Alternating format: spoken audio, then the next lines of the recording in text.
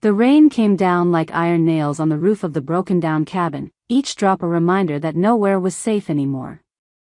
Emily pressed her back against the splintered wood, her breath coming in short, painful gasps that fogged the cold air in front of her face. Blood dripped from the gash above her eyebrow, warm and sticky, trailing down her cheek to mix with the rain that leaked through the cracks in the ceiling. Her ribs screamed with every inhale.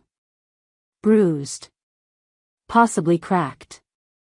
She didn't have time to figure out which. Outside, the forest was alive with sounds that shouldn't exist in nature. Footsteps. Heavy, deliberate, circling. The crack of branches under weight that knew exactly where it was going. They were close. Too close. And they weren't going to stop until they dragged her back. She closed her eyes and willed her heart to quiet, but it hammered against her chest like it wanted to betray her location to everyone within a mile radius. Her wolf stirred beneath her skin, agitated and angry, clawing to be released. But she couldn't. Not here. Not now. Shifting would only make her easier to track, easier to catch. Easier to break. The border territory had been her last hope. A forgotten stretch of land where outcasts and rogues came to disappear, where pack law held no weight and no one asked questions. It was supposed to be invisible. A place where someone like her could vanish into the cracks of the world and never be found again. She'd kept her head down for 3 weeks, masked her scent with crushed wolfsbane and pine resin, avoided every gathering, every whisper, every glance. She'd built a life out of silence. But silence only worked if no one was listening. The cabin door rattled. Once. Twice. The rusted handle turned slowly, testing.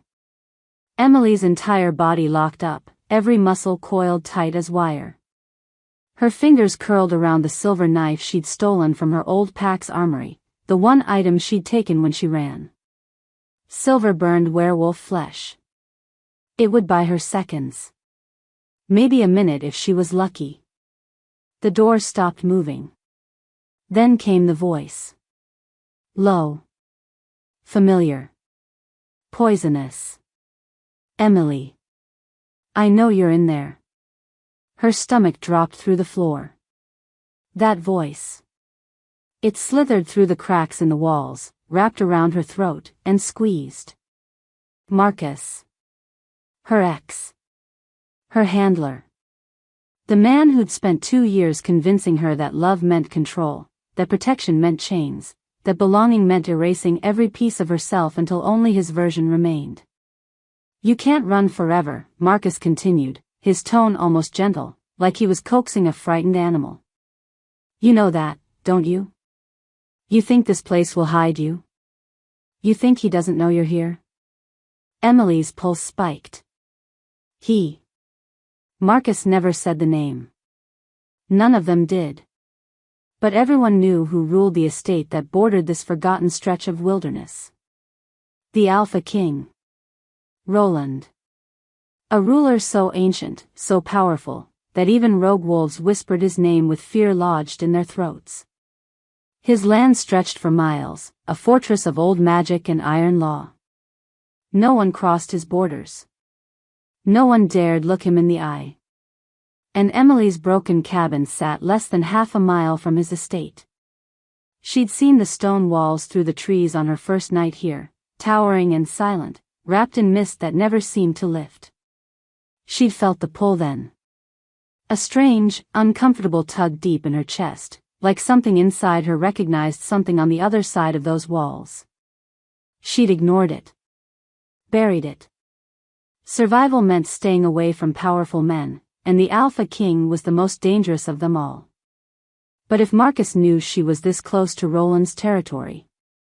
Come out, Emily, Marcus said, and this time his voice had teeth. Or I'll come in. And you remember what happens when I have to come get you. She did remember. The scars on her back remembered. Her wolf remembered. Her fingers tightened around the knife handle until her knuckles went white. She could fight. She could try. But Marcus hadn't come alone. She'd heard at least 3 sets of footsteps circling the cabin. Maybe more. He'd brought reinforcements this time, wolves loyal to the pack she'd fled, wolves who believed she was a traitor, a coward, a threat that needed to be contained. Or worse, a weapon that needed to be reclaimed. The rain pounded harder, turning the world outside into a gray, drowning blur. Thunder rolled across the sky, low and ominous, shaking the bones of the cabin. And beneath it all, Emily felt something else. A presence. Watching. Waiting. She opened her eyes. Through the cracked window, past the twisted trees and the curtain of rain, she saw him. A figure stood at the edge of the clearing, impossibly still, impossibly tall. Dark hair slicked back by the storm.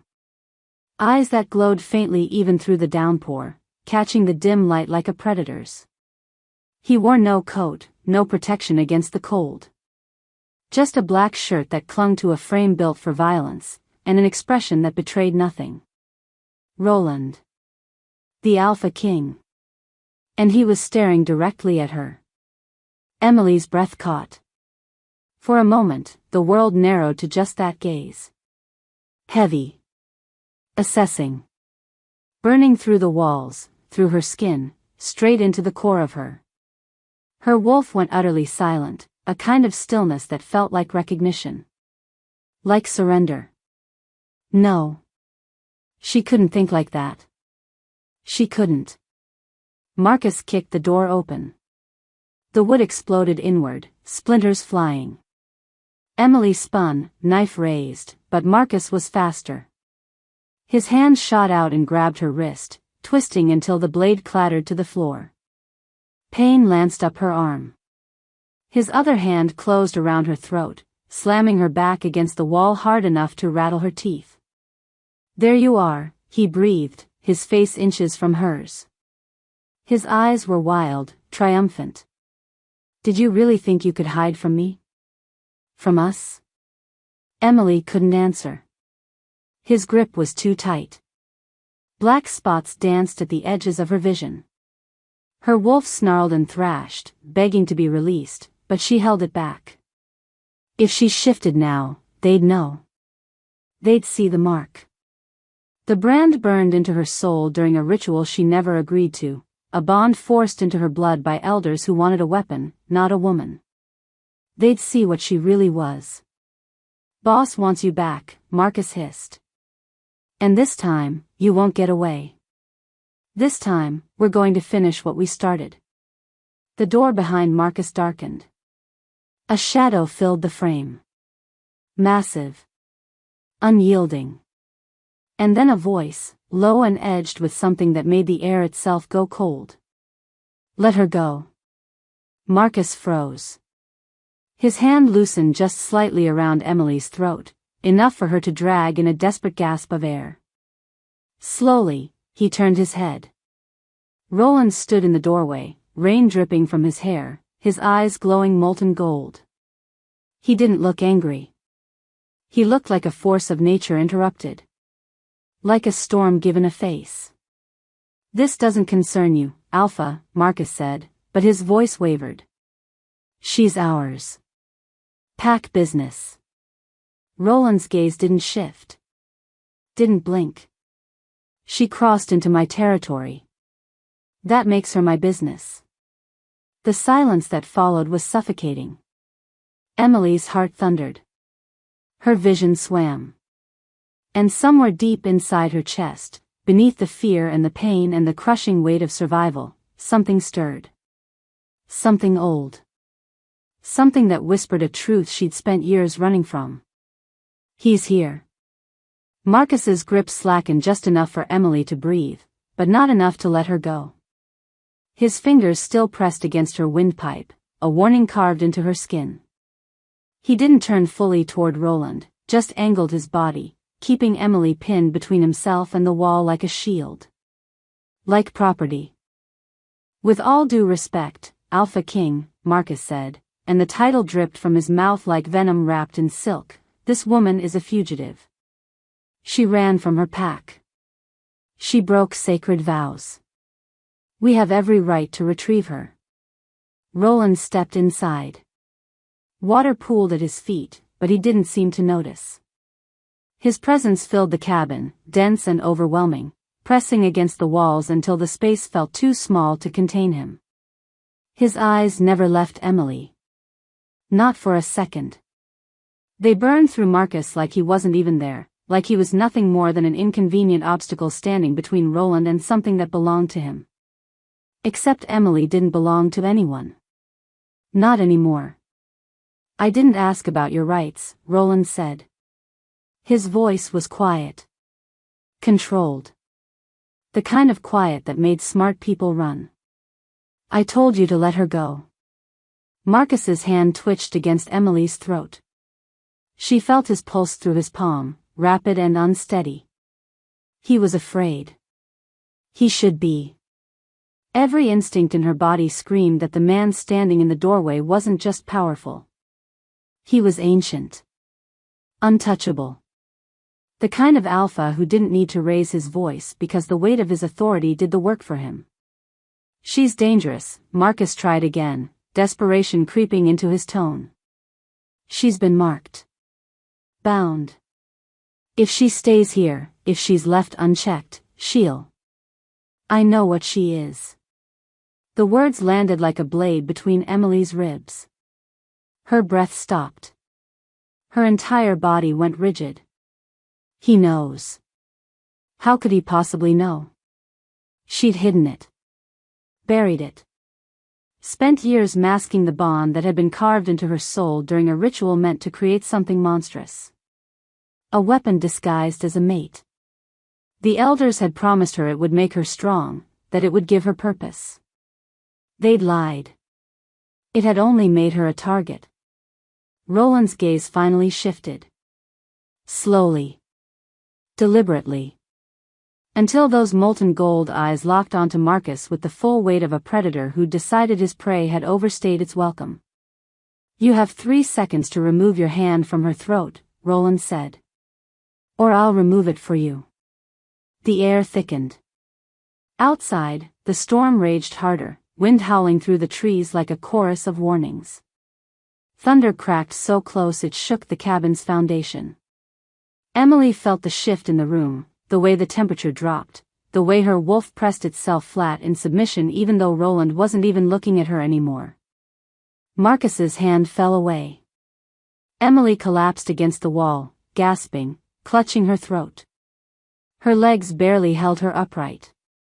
Black spots still danced at the edges of her vision, but she forced herself to stay conscious, to stay aware. Because men like Marcus didn't let go unless they had a plan. And men like Roland didn't intervene unless they wanted something. Marcus stepped back, hands raised in a mockery of surrender. Fine. She's yours. For now.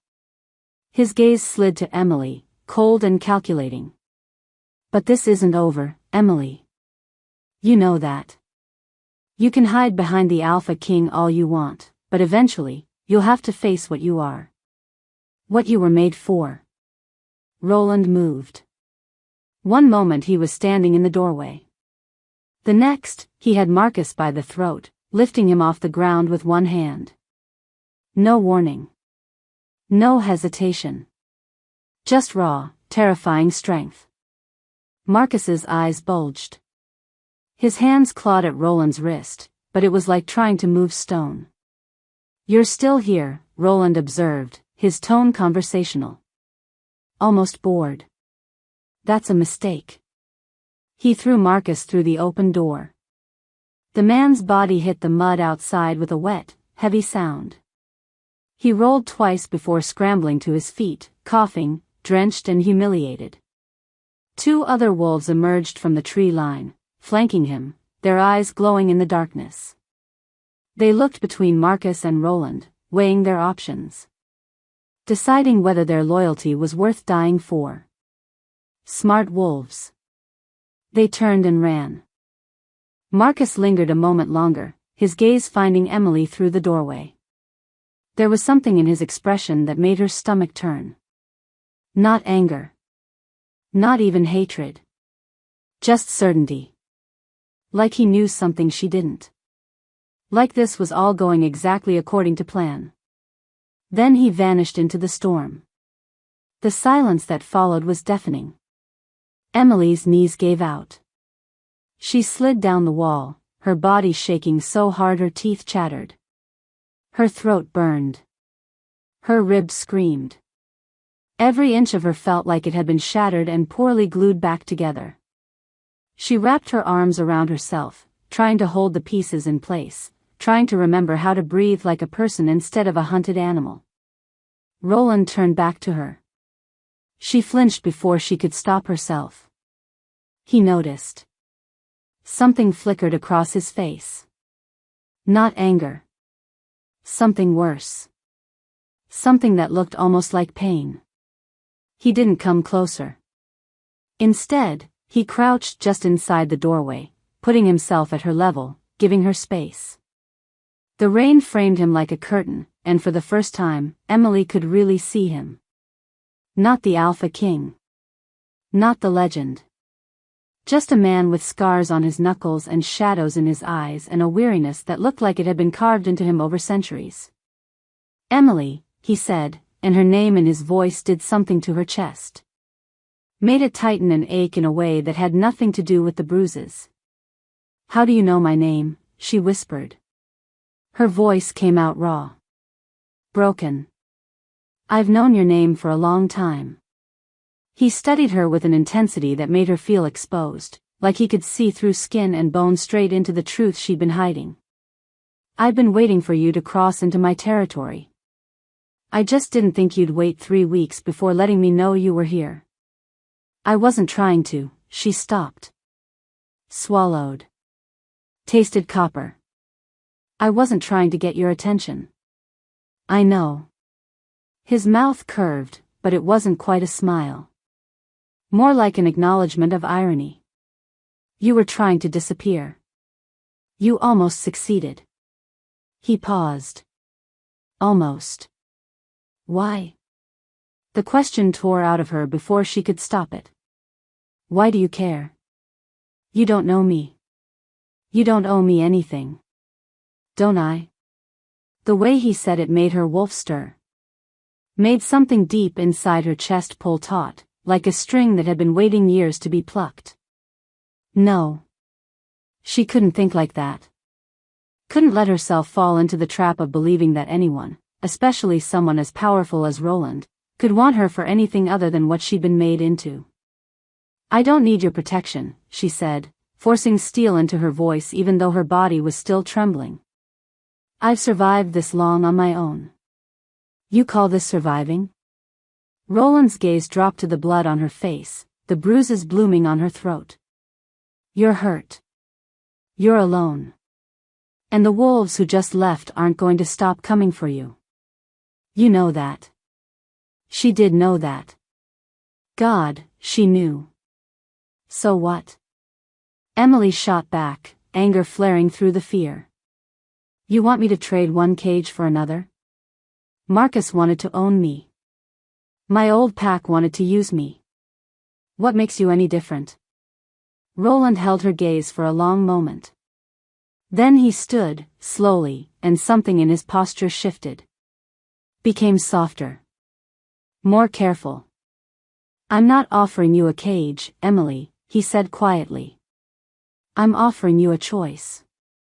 Stay here, keep running, and see how long it takes before they corner you again. Or, he extended his hand. Palm up. An invitation. Come with me. Let me help you. No strings. No bindings. Just safety while you figure out what comes next. Emily stared at his hand like it might burn her. Every instinct screamed not to trust him. Not to trust anyone. But her body was breaking down. Her wolf was exhausted. And somewhere beneath all the fear and the anger and the shame, a small, desperate part of her whispered that maybe, just maybe, this man standing in the rain wasn't like the others. Maybe he'd been watching her for 3 weeks not because he wanted to control her. but because he'd been waiting to see if she'd ask for help. Her hand trembled as she reached out. Her fingers brushed his palm, and the moment their skin touched, electricity shot up her arm. Sharp. Undeniable. The bond she'd been running from flared to life, and she saw the recognition flash in his eyes. He knew. He'd always known. "Come on," Roland said, his voice gentle now, almost tender. "Let's get you somewhere warm." And despite everything, despite every lesson she'd learned about powerful men and broken promises, Emily let him pull her to her feet. Roland's estate wasn't what Emily expected. She'd imagined cold stone walls.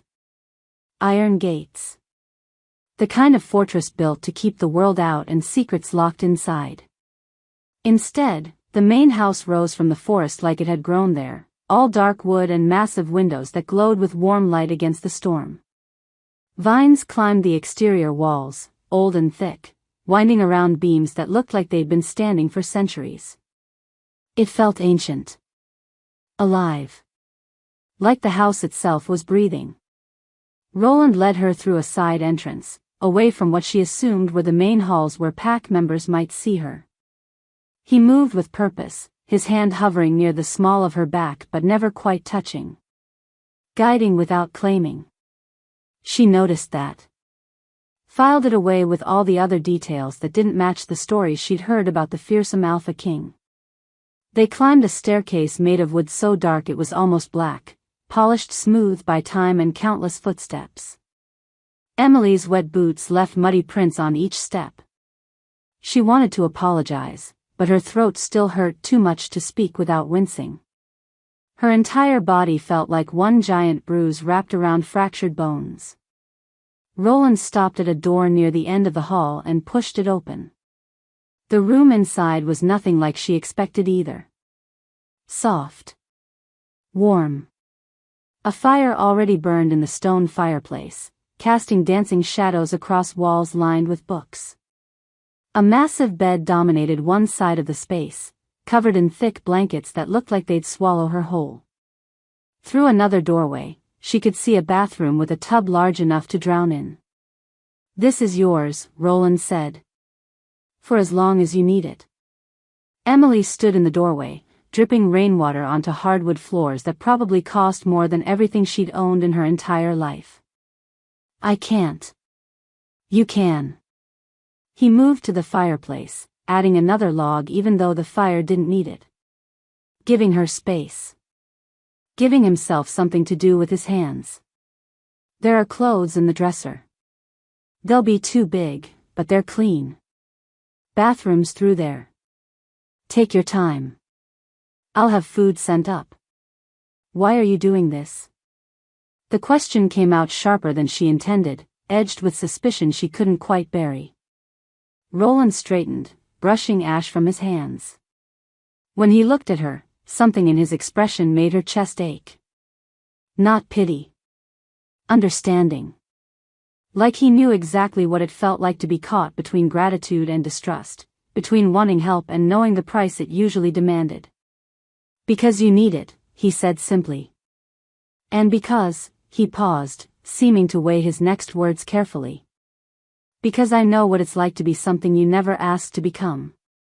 Before she could respond, he was gone. The door clicked shut behind him, and Emily was alone. She stood there for a long moment, waiting for the trap to spring. For the lock to click. For someone to tell her the cost of this kindness. But nothing happened. The fire crackled. Rain drummed against the windows. And slowly, carefully, she let herself believe that maybe, just for tonight, she was safe. The hot water in the bath felt like absolution. Emily sank into it until only her face remained above the surface, watching steam curl toward the ceiling. The heat pulled at the tension in her muscles, coaxed the pain into something almost bearable.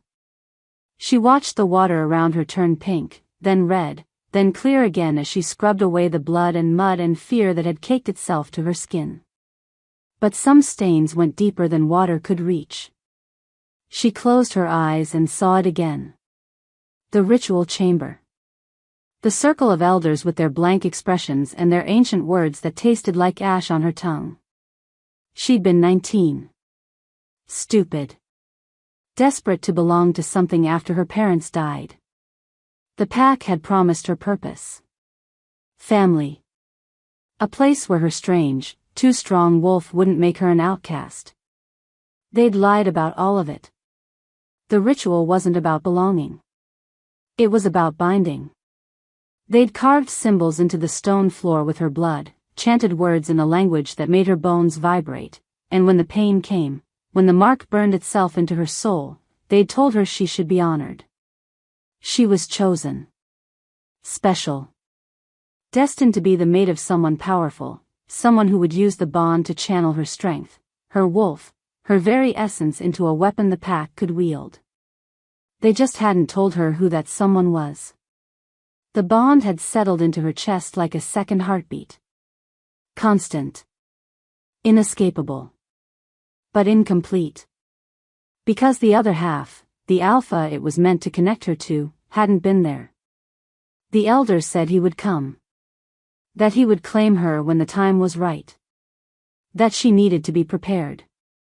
Marcus had been part of that preparation. He wasn't her lover. He was her handler. Assigned to keep her compliant, to break down her will piece by piece until she became the perfect vessel. Obedient. Controllable.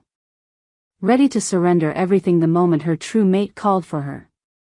But Emily had never been good at obedience. She'd fought. Questioned. Pushed back against every rule they tried to force on her.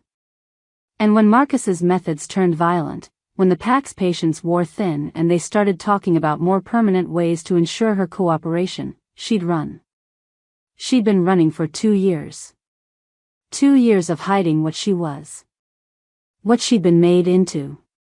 2 years of suffocating the bond that pulsed in her chest, of crushing down the power that wanted to rise every time her emotions spiked.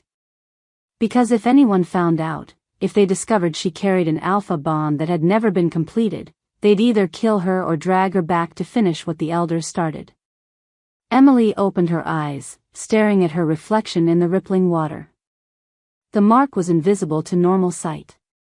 Hidden beneath her skin, woven into her very soul. But she could feel it. Always. A brand that announced she was unfinished. Unclaimed. Dangerous. And tonight, when Roland's hand had touched hers, the mark had recognized him. She pressed her palm against her sternum, feeling the phantom burn beneath her ribs. No. It wasn't possible. The Alpha King couldn't be her bonded mate. The timing didn't make sense. The ritual had been 2 years ago, and Roland was ancient. If the bond was meant for him, why hadn't the elders simply brought her to him? Why all the secrecy? The violence? Unless they'd been afraid. Unless they'd known that if she and Roland completed the bond before they'd broken her will, she'd become something they couldn't control. A knock at the bathroom door made her jump, water sloshing over the tub's edge. Food's outside the door, Roland's voice came through the wood. Low. Careful not to startle her more than he already had. I'm leaving. You don't have to worry about anyone bothering you tonight. Emily's throat tightened. Thank you. Silence. Then, Emily, whatever they did to you, whatever you're running from, you don't have to carry it alone anymore. His footsteps retreated before she could answer. She climbed out of the bath, dried off with towels softer than anything she'd felt in years, and pulled on clothes from the dresser. Roland had been right. They were too big. A shirt that hung to her knees, sweatpants she had to roll 3 times. But they were warm and clean and they smelled like cedar and something else. Something that made her wolf settle in a way it hadn't in months. The food waiting outside her door was simple. Soup. Bread. Water. She carried it to the bed and ate mechanically, barely tasting it. Her body needed fuel. Her mind needed rest. But every time she closed her eyes, she saw Marcus's face. Heard his parting words. You'll have to face what you are. What you were made for. She set the empty bowl aside and crawled under the covers, pulling them up to her chin. The bed was as soft as it looked, and the fire cast warm, dancing shadows across the ceiling. She should sleep. Should let exhaustion pull her under. But her hand drifted to her chest again, pressing against the hidden mark. Roland knew her name. He'd been waiting for her. And when their skin touched, the bond had flared between them like recognition. Like coming home. Emily curled onto her side, facing the fire, and let the tears come. Hot. Silent. Releasing 2 years of terror and exhaustion and rage into the darkness where no one could see. She'd come here to disappear. To hide from a past that wanted to devour her. She hadn't come here to find her mate. And she definitely hadn't expected him to be the one person in the world powerful enough to either save her or destroy everything she'd fought to protect. Outside, the storm finally broke. The rain softened to a whisper against the windows. Thunder rolled away into the distance, leaving only the crackle of the fire and the steady rhythm of her breathing. For the first time in 2 years, Emily fell asleep without a knife under her pillow. And she dreamed of gold eyes watching her through the dark. Emily woke to sunlight streaming through windows she didn't remember opening. For 3 disorienting seconds, she forgot where she was. Then it all rushed back. Marcus. The cabin. Roland's hand extended in the rain. She sat up too fast, her ribs protesting, and found a tray on the bedside table that hadn't been there when she fell asleep. Tea, still steaming. Fresh bread. Fruit that looked like it had been picked that morning. Someone had been in her room while she slept. Her pulse spiked, but then she noticed the note beside the tray, written in clean, precise handwriting. You were sleeping. Didn't want to wake you. The clothes in the closet will fit better. Take your time. R. Emily picked up the note, running her thumb over the letters. There was something almost careful about the way he'd written it. Like he'd considered every word. Like he knew she'd wake up afraid and wanted to ease that fear before it could take root. She dressed in the clothes he'd mentioned, dark jeans that actually fit, a soft sweater the color of moss. They were clearly new, bought specifically for her, and that thought sent a strange flutter through her chest. She braided her damp hair over one shoulder and ventured out of the room. The hallway was empty. Quiet. She followed the scent of coffee and something baking, letting her nose guide her down the stairs and through corridors lined with paintings that looked older than countries. The house felt different in daylight. Less imposing. Almost welcoming, if a place this grand could ever truly feel welcoming to someone like her. She found Roland in the kitchen. Not a formal dining room. Not some throne room or Alpha's study. The actual kitchen, sleeves rolled up to his elbows, hands dusted with flour. He stood at a massive wooden island, kneading dough with the kind of focused intensity most people reserved for battle planning. Sunlight poured through windows that overlooked a garden wild with autumn colors. He looked up when she entered, and something in his expression softened. You're awake, he said, like this pleased him more than it should. How do you feel? Sore. Confused. She hovered in the doorway, unsure if she should come closer. Why are you making bread? The corner of his mouth lifted. Not quite a smile, but close. Because I'm good at it. And because thinking with my hands helps when my mind won't quiet. He gestured to the counter beside him. Coffee's fresh. Help yourself. Emily moved slowly into the space, hyper-aware of every step, every breath. She poured coffee into a mug that felt handmade, the ceramic warm and slightly uneven. The kitchen smelled like yeast and cinnamon and safety, if safety had a scent. You don't have servants, she asked, then immediately regretted it. It sounded accusatory. Roland didn't seem offended. I have staff. But I don't like people hovering. Especially not in the morning. He shaped the dough into a loaf with practiced ease. Besides, this house is too big for just me. It's nice to fill it with something other than silence. The loneliness in his voice was so unexpected, so raw, that Emily found herself speaking before she could stop. How long have you been alone? His hands stilled. For a moment, she thought she'd overstepped, that he'd shut down or dismiss her.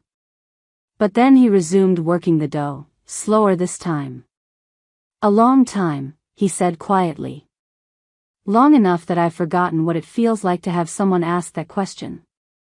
The weight of centuries hung in those words. Emily gripped her coffee mug, something aching in her chest. This man, this Alpha King who legend said had ruled for lifetimes, was standing in his kitchen making bread because he was lonely. I shouldn't be here, she said. Not because she wanted to leave. Because she needed him to understand. Marcus will come back. And when he does, he won't come alone. My old pack, they won't stop. If they find out I'm here, if they think you're protecting me, let them come. Roland's voice hardened, just slightly. Just enough to remind her what he was beneath the flour-dusted hands and the quiet morning routine.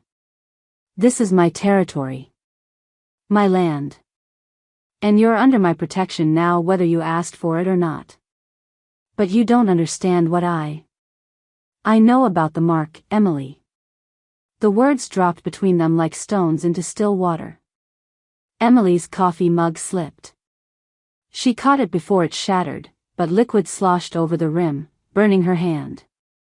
She barely felt it. What? Roland set the dough aside, wiped his hands on a towel, and turned to face her fully. Those gold eyes that had haunted her dreams pinned her in place. The ritual mark. The incomplete bond. I've known since the moment you crossed into my territory. I felt it. Her throat closed. That's impossible. Is it? He took a step toward her, and she forced herself not to retreat. You felt it too. When I touched your hand. You knew. She had known. God help her, she'd known. The elders who performed that ritual, Roland continued, his voice low and controlled, they were playing with magic they didn't understand. Bonds like that, forced and incomplete, they're dangerous. They can consume you if they're not finished properly. Or they can break you if the other half of the bond dies before it's completed. So you're saying I'm a ticking time bomb? Bitterness flooded her voice. That I'm dangerous and I should have stayed away.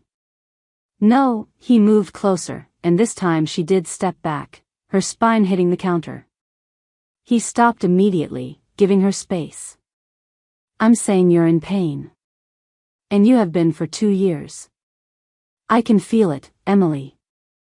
The bond pulling at you, demanding completion, and you fighting it every second of every day because you think it makes you weak. Tears burned behind her eyes. She would not cry. Not here. Not in front of him. It does make me weak, she whispered. They made me into something I never wanted to be. A weapon. A tool. And now I'm tied to an alpha I don't even know, probably forever, unless one of us dies. How is that not weakness? Roland's jaw tightened. Because you're still standing. Because you ran when they tried to break you. Because despite everything they did, you're still fighting.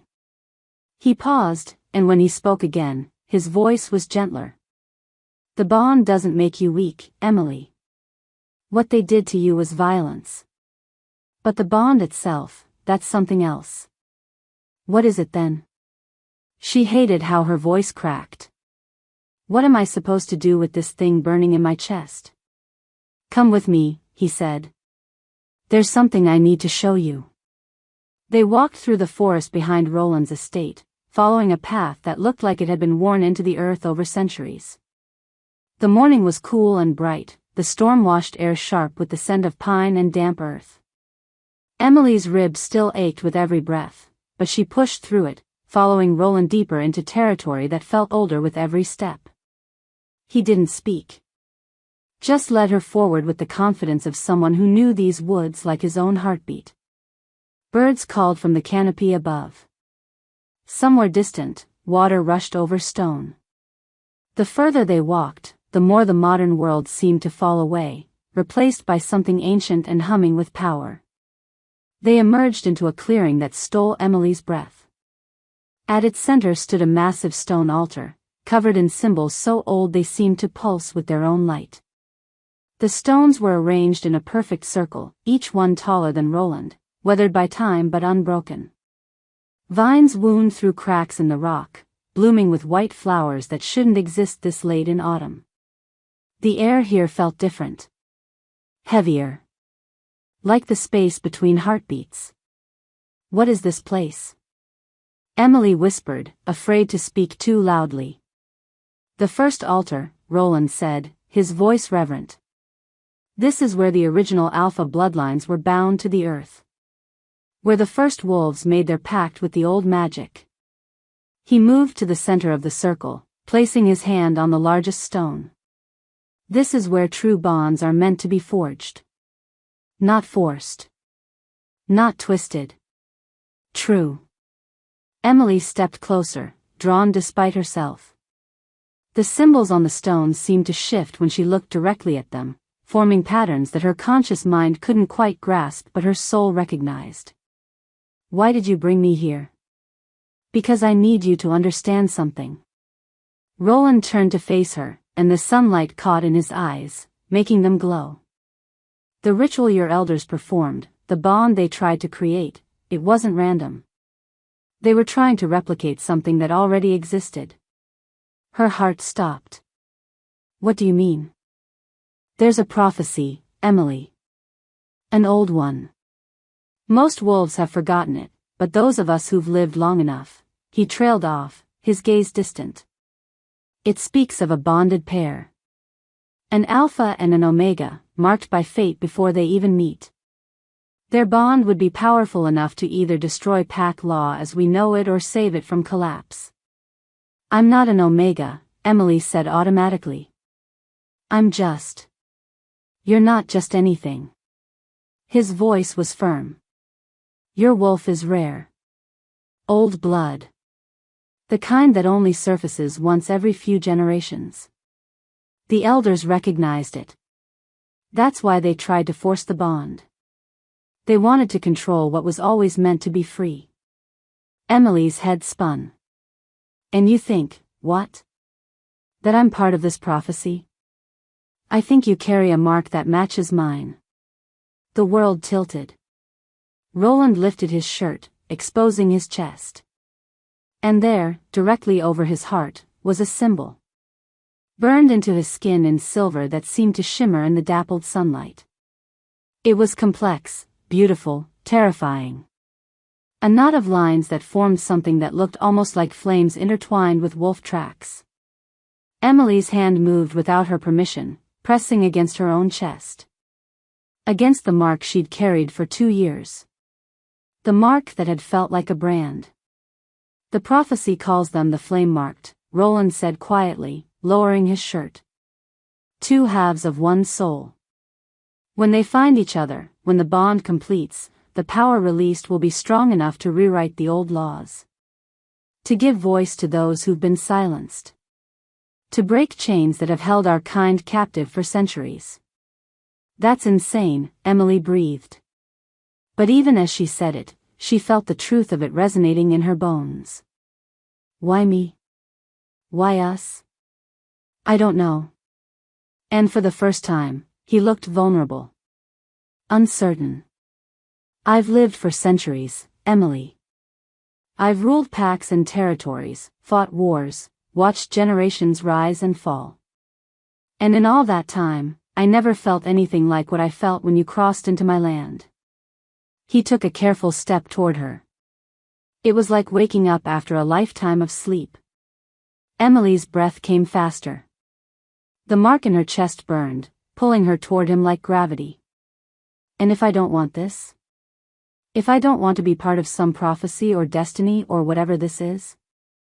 Then you walk away, Roland said simply. I won't force you. I won't manipulate you. That bond in your chest, it's yours to accept or reject. But Emily, his voice softened. You deserve to know the truth. You deserve to know what you're carrying isn't a curse. It's a choice. And whatever you decide, you're not alone anymore. The tears came before she could stop them. Hot and sudden, streaming down her face as 2 years of terror and confusion and desperate loneliness finally broke open. She'd thought she was broken. Damaged. A mistake the universe had made. But standing here, in this ancient place, with this man who looked at her like she was something precious instead of something to fear.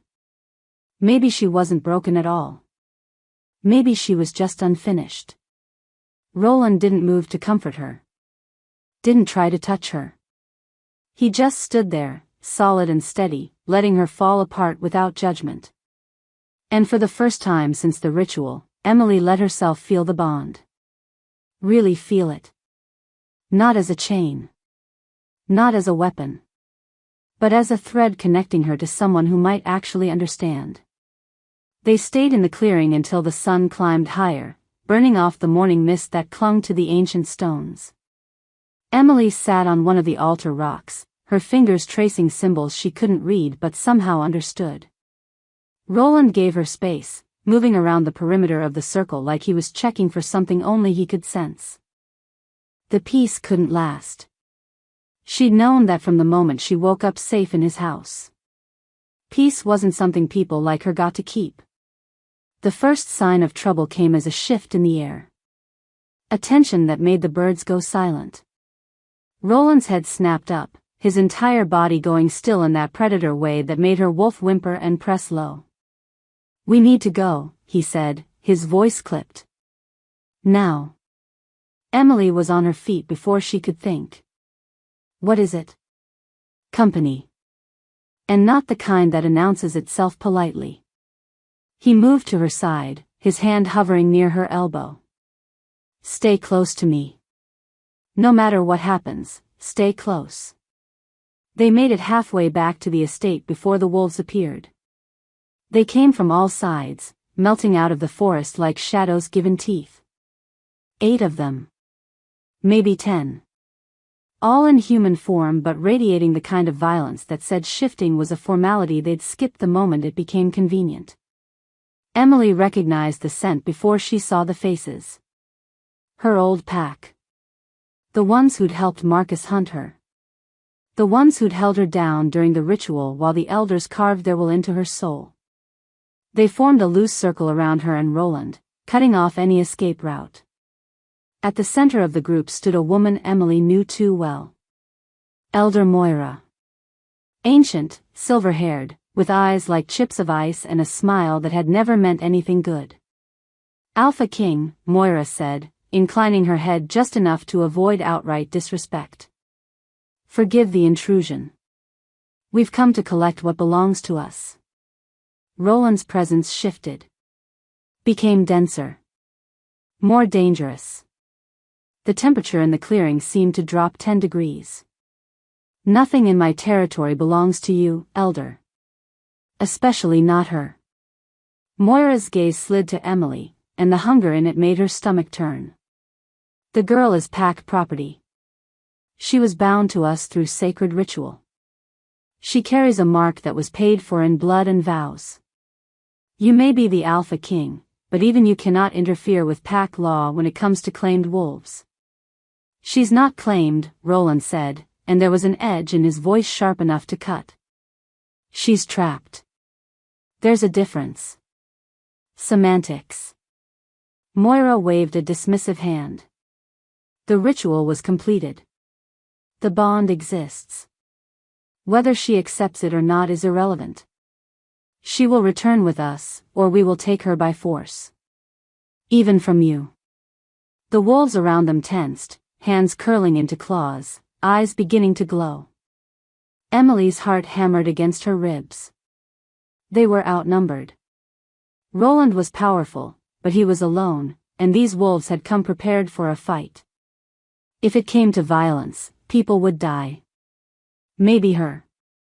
Maybe him. She couldn't let that happen. Wait, Emily said, stepping forward. Roland's hand shot out, catching her wrist gently but firmly. Don't, he said quietly. Just that one word, but loaded with meaning. Don't sacrifice yourself. Don't give in. Don't believe them. She has a voice, Alpha King, Moira said, that terrible smile widening.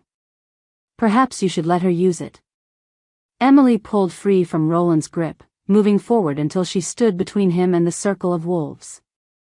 Her body screamed at her to run, to hide, to make herself small and invisible like she'd done for 2 years. But something else burned in her chest now. Something that had woken up in the clearing with the ancient stones. Something that refused to be caged anymore. You want me back because I'm a weapon, Emily said, her voice steady despite the fear clawing at her throat. You don't care about pack law or sacred bonds. You care about control. About what you can make me do. Moira's expression didn't change, but something flickered behind her eyes. Calculation. You're emotional, child. Traumatized. We understand. That's why we sent Marcus to retrieve you gently. But you've run far enough. It's time to come home and fulfill your purpose. My purpose? Emily laughed, and it came out bitter. Sharp. You mean the purpose you carved into me without my consent? The bond you forced on me when I was too young and too desperate to understand what you were taking? We gave you power, Moira snapped, and for the first time, her composure cracked. We elevated you from nothing. From a weak orphan with no pack and no future. We made you special. You made me a prisoner. The words hung in the air like smoke. One of the wolves stepped forward, a man Emily recognized. Garrett. He'd been kind to her once, before the ritual. Before everything changed. Emily, please. Just come back. We can work this out. The Alpha King doesn't understand pack business, but you do. You know how important this is. How many wolves are depending on? On what? Emily cut him off. On me being broken enough to accept whatever you want to do with me? On me being so scared that I'll let you finish what you started? You don't understand what's at stake, Garrett said, and he actually looked pained. Like he believed what he was saying. The old power is waking up. We need wolves who can channel it. Who can stand between our people and the darkness that's coming. You were chosen for this. Marked. You can't just walk away from destiny. Watch me. The clearing exploded. It happened so fast Emily barely tracked it. One moment, the wolves were standing in formation. The next, they were shifting, clothes tearing, bones breaking and reforming as fur erupted from skin. 10 fully shifted wolves, massive and snarling, circled them like a noose pulling tight. Roland moved in front of Emily, his body a wall between her and the threat. He didn't shift. Didn't need to. The power that rolled off him was answer enough. The ground beneath their feet trembled. Trees creaked. And when he spoke, his voice carried the weight of centuries of authority. You will not touch her, he said. Each word fell like a hammer. You will turn around, return to whatever hole spawned you, and you will never cross into my territory again. Or I will show you why wolves have feared my name for 300 years. Moira's wolf, white as bone, eyes still eerily human, let out a sound halfway between a laugh and a growl. Then she did something that made Emily's blood freeze. She shifted back. Partially. Her body caught between forms, grotesque and wrong, mouth stretched too wide around too many teeth. When she spoke, her voice was layered with something ancient. Something that didn't belong in a wolf's throat. The girl doesn't belong to you, Alpha King. She belongs to the pact. To the old blood. And the old blood always collects its debts. Then Moira lunged. Roland met her midair. The impact shook the forest. Emily stumbled back, nearly falling, as the two powerhouses collided with force that cracked tree trunks.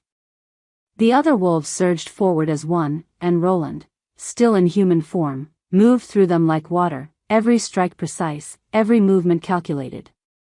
He was brutal. Efficient. Terrifying. But he was still 1 against 10. Emily saw it the moment before it happened. Garrett breaking away from the fight, circling wide, eyes locked on her. She tried to run, but her ribs screamed and her legs were too slow. He tackled her into the dirt, pinning her with weight and muscle, jaws snapping inches from her throat. "I'm sorry," he growled, the words barely human. "I'm sorry, Emily. But you have to come back. We need you. The pack needs." Power exploded from her chest. Silver light erupted outward, blinding and pure, throwing Garrett off her like he weighed nothing. He hit a tree 20 feet away with a sickening crack and didn't get up. The light kept expanding, pouring from Emily's skin, from the mark over her heart, illuminating the entire clearing in brilliant white-hot radiance. Every wolf froze. Emily stood, trembling, her hands glowing like she'd swallowed the sun. The power pouring from her didn't hurt. It felt right. Natural. Like this was what she'd always been meant to hold. Moira's half-shifted form stared at her with something Emily had never seen on the elder's face before. Fear. "Impossible," Moira breathed. "The bond isn't complete. You shouldn't be able to access that power alone. Unless..." The light flickered. Pulsed. And Emily felt it. The bond in her chest, burning brighter than ever, reaching for something. Someone. She turned her head and found Roland standing in the wreckage of the fight, blood on his knuckles, eyes wide and locked on her. The bond was reaching for him. "Emily," he said, and his voice was rough. Awed. "Whatever you're feeling right now, you need to pull it back. If you lose control..." "She won't," Moira interrupted, and her voice had changed. "Become calculating again. She can't. Because she's not strong enough to hold that power without her mate. And she'll never be strong enough, will she, child? Because you're too afraid to let the bond complete. Too broken to accept what you were made for." The words struck like physical blows. The light wavered, dimmed. Doubt crept in, cold and suffocating. Maybe Moira was right. Maybe Emily was too broken. Too weak. Maybe this power would consume her if she tried to hold it alone. "Emily, look at me." Roland's voice cut through the spiral. She found his eyes across the clearing, steady and certain. "You're not broken," he said. "And you don't need me to be strong. You've always been strong. This power? It's yours. It was always yours. They just convinced you it wasn't." The light surged brighter. Moira snarled and lunged again, but this time Emily was ready. She threw her hand out instinctively, and the power followed, slamming into Moira's chest and sending her sprawling. The other wolves scattered, yelping, retreating to the tree line. "This isn't over," Moira spat, back in human form now, blood trickling from her mouth. "The pact will be fulfilled. With or without your cooperation. And when it is, little girl, you'll wish you'd come quietly." Then she and her wolves were gone, melting back into the forest like they'd never been there at all. The clearing fell silent except for Emily's ragged breathing. The light faded slowly, sinking back into her skin, back into the mark over her heart. Her legs gave out. Roland caught her before she hit the ground, his arms solid and warm around her. "I've got you," he murmured against her hair. "I've got you." Emily closed her eyes and let herself lean into him. Just for a moment. Just until the world stopped spinning. But even as he held her, even as his heartbeat steadied her own, she couldn't shake Moira's final words. "The pact will be fulfilled." Whatever that meant, it was coming. And Emily had the terrible feeling that her power awakening had just started a countdown she didn't know how to stop. Roland carried her back to the estate without asking permission. Emily was too exhausted to protest, her body wrung out from the power that had exploded through her. She kept her face pressed against his chest, listening to the steady rhythm of his heartbeat, letting it anchor her to something real while her mind spun with everything that had just happened. She'd used the power. The thing she'd been terrified of for 2 years, the weapon the elders wanted to control, had poured out of her like it belonged there. Like it had been waiting for permission to exist. And it had felt incredible. That terrified her most of all. Roland took her to a different room this time. Smaller than the bedroom she'd woken in, but warmer. A study lined with books and maps, with a fireplace already crackling and 2 worn leather chairs positioned in front of it. He set her down gently in one of the chairs, then moved to a cabinet in the corner. "Drink this," he said, returning with a glass of amber liquid. Emily took it without thinking, then coughed as the whiskey burned down her throat.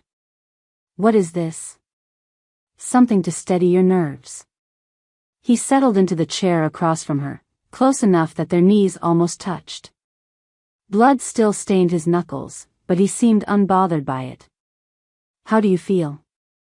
"Like I just got hit by lightning." She stared into the glass, watching the firelight dance through the liquid. "That power. I didn't know I could do that." "You've never accessed it before?"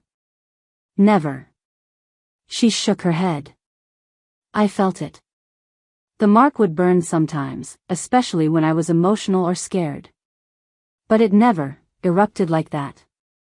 Roland leaned forward, elbows on his knees, studying her with an intensity that made her feel exposed. It responded to genuine threat. "To protect you. That's what the bond does when it recognizes danger to its bearer." "But the bond isn't complete," Emily said, repeating Moira's words without meaning to. "She said I shouldn't be able to access the power alone. That I wasn't strong enough." "Moira's a liar and a manipulator." Roland's voice hardened. "She wants you to believe you're weak without them, without their control. The truth is, the power has always been yours, Emily. The bond amplifies it, yes. But it doesn't create it. You were born with something rare. Something they recognized and tried to exploit." Emily met his eyes. "What am I?" "You're what the old texts call a flame bearer. A wolf born with the ability to channel ancient magic through their bond. It only appears once every few generations, usually in wolves with bloodlines that trace back to the original packs." He paused. "Your parents, did they ever tell you where your family came from?" "They died when I was 17. The words still hurt, even years later. "Car accident." I never got to ask them much about our history. They were private people. Kept to themselves. "Or they were hiding," Roland said quietly. "Protecting you from wolves who would want to use you the way your elders did." The thought sent a chill through her. Had her parents known?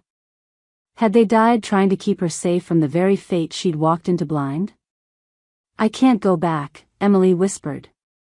"To my pack. To Marcus. To any of it. I know. But they won't stop coming. You saw Moira. She's not going to give up just because I pushed her back once. And if they come here again, if they bring more wolves," she looked at him, her chest tight. "I don't want you to get hurt because of me." Something flickered across Roland's face. An emotion she couldn't quite name. He reached out slowly, giving her time to pull away, and took the whiskey glass from her trembling hands. Set it aside. Then he took her hands in his touch warm and careful. Emily, he said, his voice low. I've lived for over 3 centuries. I've fought in wars that would make your blood run cold. I've faced down challenges to my territory from wolves who thought they could take what was mine. I've survived plagues and betrayals and losses that should have broken me. His thumbs traced gentle circles on the backs of her hands. I'm not afraid of your old pack. I'm not afraid of Moira or Marcus or whatever ancient pact they think they can invoke. Do you understand? But why? The question burst out of her. Why are you doing this? You don't owe me anything. We barely know each other. I'm just some broken wolf who stumbled onto your land. You're not broken. His grip tightened slightly, just enough to make her focus. And you're not just some wolf. He trailed off, seeming to struggle with words. When you crossed into my territory, it was like something in me that had been dormant for centuries suddenly woke up. I felt you before I saw you. Felt the bond calling, even incomplete. It was like recognizing something I'd been missing without knowing I'd lost it. Emily's breath caught. The prophecy. Maybe. I don't know. He looked almost vulnerable in the firelight, this ancient alpha who legends said never showed weakness. All I know is that for the first time in longer than I can remember, I feel awake. And I'm not going to let anyone take that away. Not from you. Not from either of us. Tears burned in Emily's eyes again. She was so tired of crying, but the emotions kept overwhelming her defenses. I'm scared, she admitted. Not just of them. Of this. Of you. Of what happens if I let myself trust you and it turns out to be another cage. Then leave, Roland said simply. Right now. Walk out that door. I'll give you money, resources, protection from a distance. I'll make sure Moira and her pack can't touch you. But I won't force you to stay. I won't trap you here and call it safety. She stared at him. You'd really let me go? I'd hate it. His honesty was raw. Unfiltered.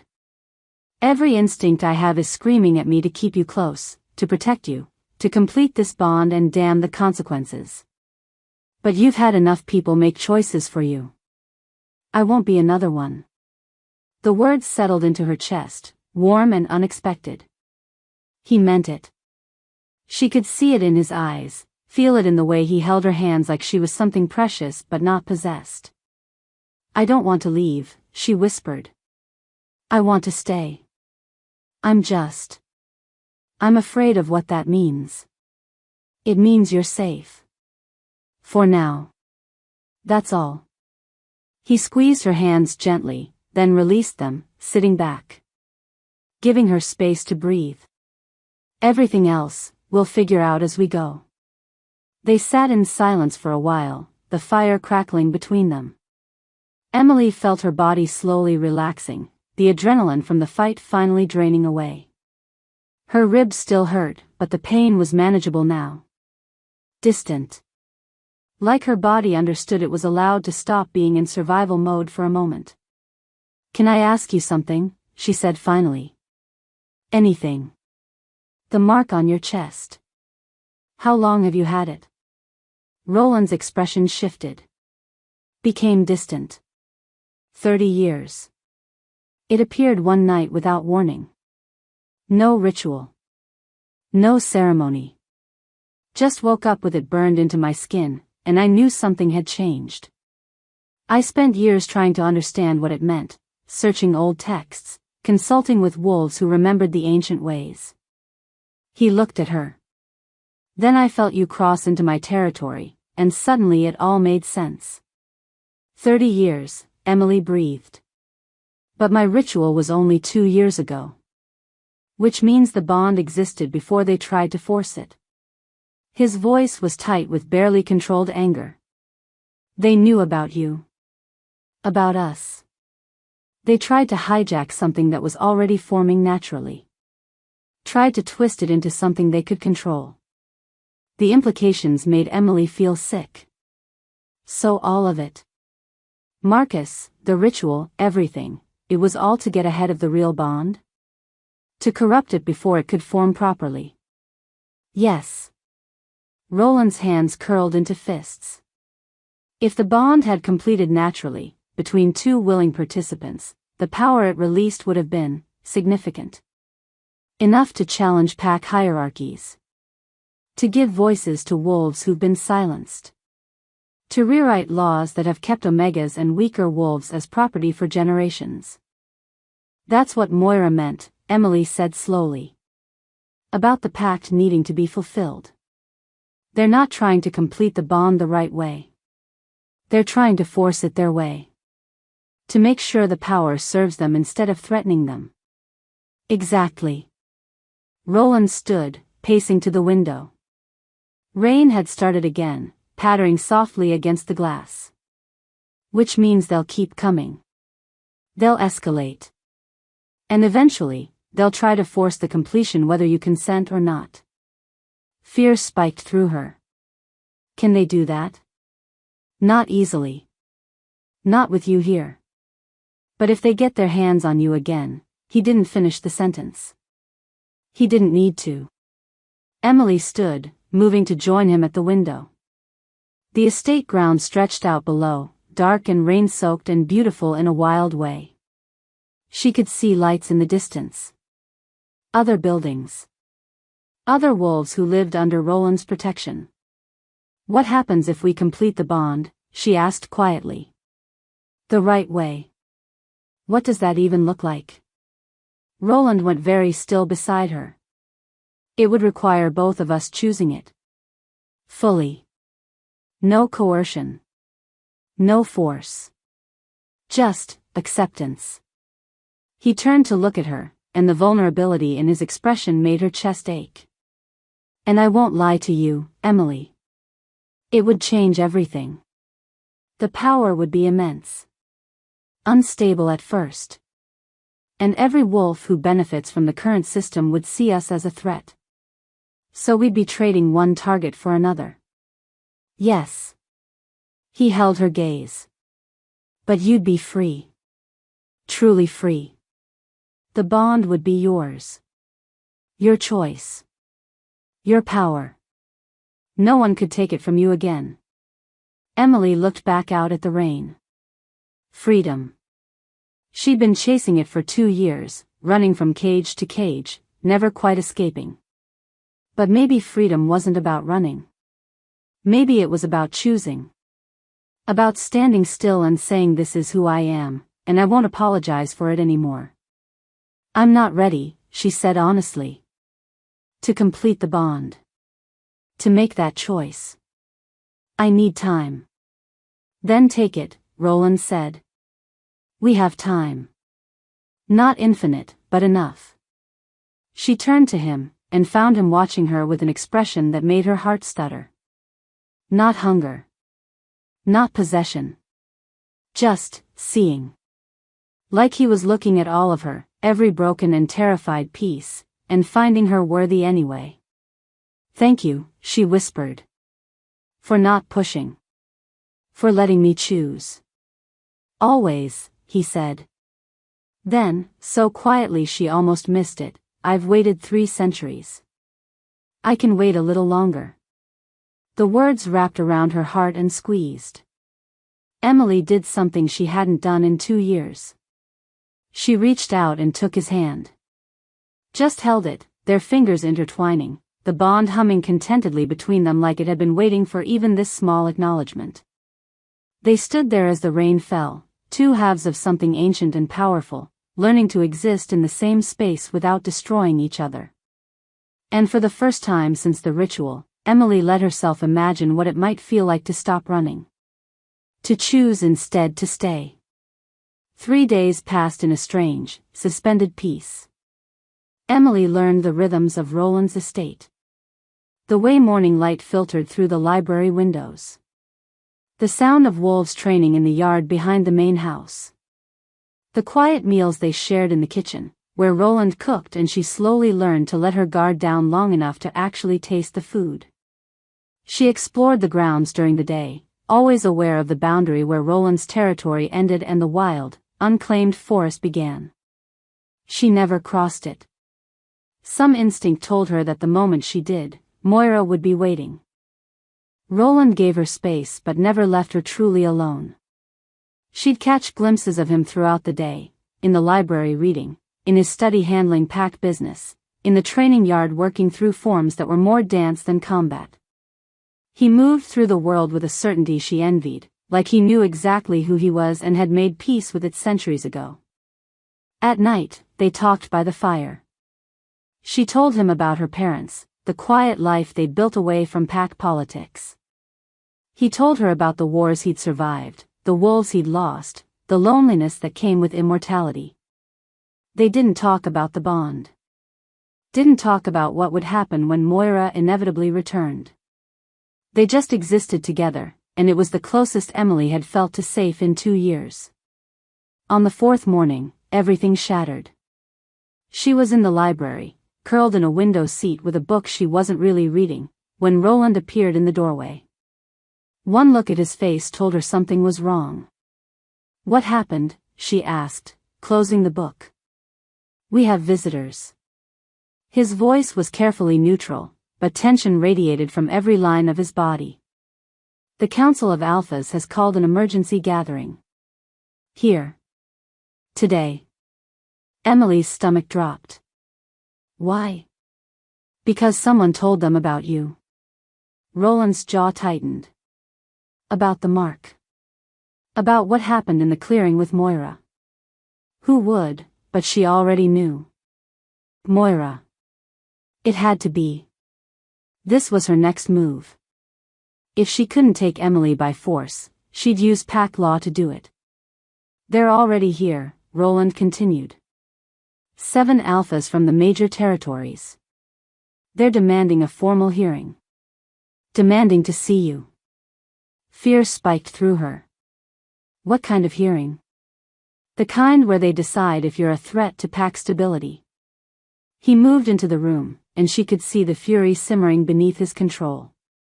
"The kind where they have the authority to order you contained, bonded, or eliminated if they deem you too dangerous to exist unchecked." "Can they do that?"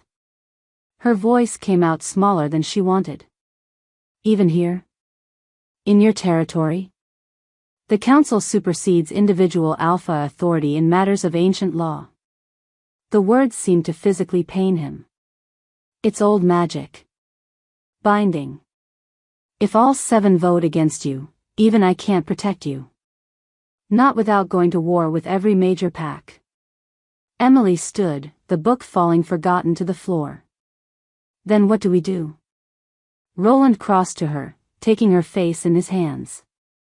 The touch was gentle, grounding, even though she could feel the tremor of barely restrained rage in his fingers. "You tell them the truth. You let them see what you are. And you trust that not all of them are corrupted by fear. And if they are, then we run." His eyes burned into hers. "Together. I don't care about the territory. I don't care about the title. If it comes down to losing you or losing everything else, there's no choice." The words stole her breath. This man, this Alpha King who'd ruled for centuries, was willing to give it all up for someone he'd known less than a week. "You can't mean that," she whispered. "I've never meant anything more." Before she could respond, a knock echoed through the house. Sharp. Authoritative. The council was waiting. The formal receiving hall was nothing like the warm, lived-in spaces Emily had grown familiar with. It was all cold stone and high ceilings, designed to intimidate. 7 alphas sat in a semicircle on elevated chairs, looking down at where Emily and Roland stood in the center of the room. She recognized none of them, but their power was unmistakable. Ancient wolves, every one of them, their eyes holding the weight of centuries. They studied her like she was a specimen under glass. Something to be examined and categorized and ultimately controlled. Elder Moira stood off to the side, her expression carefully neutral, but Emily could see the satisfaction gleaming in her eyes. This was her doing. Her trap. Emily Thorne, the center alpha, spoke. He was massive, with silver hair and scars that mapped a lifetime of battles across his exposed arms. You stand accused of carrying an unsanctioned bond mark. Of wielding ancient power without proper training or oversight. Of being a potential threat to pack stability and order. His gaze was granite. How do you answer these charges? Emily's mouth went dry. This wasn't a hearing. It was a trial. And the verdict felt predetermined. I didn't ask for the mark, she said, forcing her voice steady. It was forced on me through a ritual I didn't consent to. Yet you wield its power, another alpha said, this one a woman with eyes like chips of amber. You demonstrated abilities in unclaimed territory that suggest a bond nearing completion. Dangerous abilities. Uncontrolled. I used power to defend myself, Emily shot back. Against wolves who were trying to drag me back to a pack that tortured me. Is self-defense a crime now? Watch your tone, the silver-haired alpha warned. You address the council with respect. Respect? The word burst out before she could stop it. You sit up there judging me for something that was done to me. You're not here to listen. You're here to decide if I'm convenient or inconvenient. If I'm a weapon you can use or a threat you need to eliminate. Emily, Roland's hand touched her elbow, a gentle warning. But she was done being careful. Done shrinking herself to make powerful wolves comfortable. None of you care that I was 19 when they carved this mark into my soul, she continued, her voice rising. None of you care that I spent 2 years being broken down and rebuilt into something they could control. You don't see me. You see a problem. And you're trying to decide the easiest way to make me disappear. Silence fell across the hall.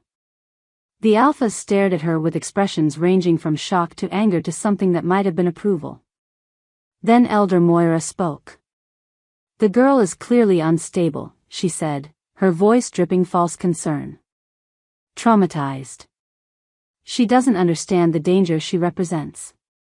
The bond she carries was meant to be completed under controlled circumstances, with proper guidance. Instead, she fled. Rejected her purpose. And now she's here, poisoning the Alpha King against his own kind, making him believe her lies. They're not lies, Emily said through clenched teeth. Aren't they? Moira moved forward, addressing the council instead of Emily. She claims the ritual was forced. But she consented. She stood in the circle willingly.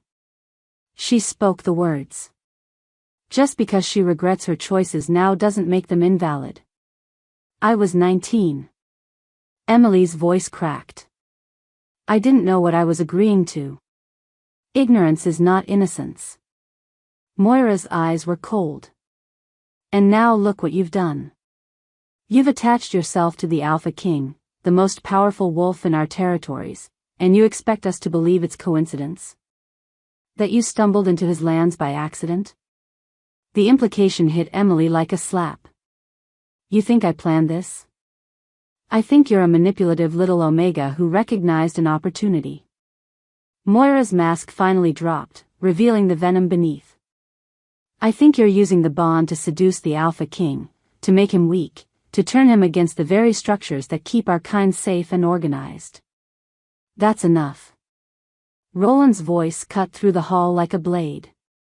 He stepped forward, placing himself partially in front of Emily. You will not speak to her that way. And this proves my point, Moira said, gesturing to him. Look at him. The legendary Alpha King, reduced to defending a wolf he's known for days. This is what the incomplete bond does. It corrupts. It makes us vulnerable. This is exactly why it must be completed under controlled circumstances, or severed entirely. The silver-haired alpha leaned forward. You're suggesting we sever the bond? I'm suggesting we have 3 options, Moira said. Complete the bond properly, under council supervision, ensuring the power can be monitored and controlled. Sever the bond, which would be painful but would free both parties. Or, she paused, letting the weight build. Eliminate the bearer entirely. The mark dies with her. The Alpha King would be free. The threat would be neutralized. Emily's blood turned to ice. You can't be serious, Roland said, and there was murder in his voice. It's council law, Moira replied smoothly. In cases where an unsanctioned bond threatens pack stability, elimination is a recognized option. Regrettable, certainly. But sometimes necessary. This is insane, Emily breathed. She looked up at the alphas on their elevated seats. You're talking about killing me because I'm inconvenient. Because I won't let you control me. The amber-eyed female alpha spoke, and her voice was gentler than the others. Child, no one wants to kill you. But you have to understand. The power you carry, if it completes without oversight, could destabilize everything. Pack hierarchies exist for a reason. They keep order. Keep the peace. If every Omega decided they didn't need to submit, if every bond could form without approval, then wolves would be free, Emily finished. And you'd lose your power over them. The Alpha's expression hardened. You're naive. No, Emily straightened, and felt the power stirring in her chest. The mark burning brighter. I'm done being afraid. You want to know what I am? What this bond makes me? I'll show you. Emily, don't, Roland started, but it was too late. She let the power rise. Silver light poured from her skin, illuminating the entire hall. The alphas on their seats leaned back, shielding their eyes, but Emily kept pushing. Let them see. Let them understand exactly what they were trying to control. The mark on her chest blazed visible through her clothes, the intricate pattern glowing like molten silver. And in the light, something else became clear. The symbols weren't random. They formed words. Ancient words that Emily suddenly understood even though she'd never learned the language. The flame-marked shall break all chains. The bonded pair shall end the reign of forced submission. When fire meets earth, the old laws burn. It was the prophecy. Written into her very soul. The light intensified, and Emily felt something crack. Not break. Open. Like a door she didn't know existed suddenly swinging wide. Power flooded through her, bigger than anything she'd felt before, and with it came visions. She saw wolves in chains. Omegas sold like property.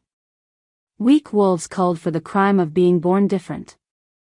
She saw centuries of pack law built on the backs of the vulnerable, enforced by alphas who claimed it was for the greater good. She saw children torn from parents, bonds forced between unwilling partners, power hoarded by the few while the many suffered in silence. And she saw the future. 2 paths. In one, she died here, the bonds severed, and nothing changed. The cycles of abuse continued. In the other, she lived. The bond completed. And every chain forged by corrupt pack law shattered. The visions ended, and Emily collapsed. Roland caught her, cradling her against his chest as the light faded. She was shaking, crying, overwhelmed by what she'd seen. By the weight of what the bond meant. What did you do? The silver-haired alpha demanded, on his feet now. The other alphas were standing too, looking shaken. Afraid. I showed you the truth, Emily gasped out. This isn't about me being dangerous. It's about you being afraid of what happens when wolves like me stop accepting your rules. Moira's face was twisted with rage. You little. Enough. The word came from the amber-eyed alpha. She descended from her elevated seat, approaching Emily and Roland slowly. When she reached them, she knelt, putting herself at eye level. "What's your name, child?" "Your real name. The one your parents gave you." "Emily," she whispered. "Emily Thorne." The Alpha's eyes widened. "Thorne." She looked up at the other council members. "Her bloodline."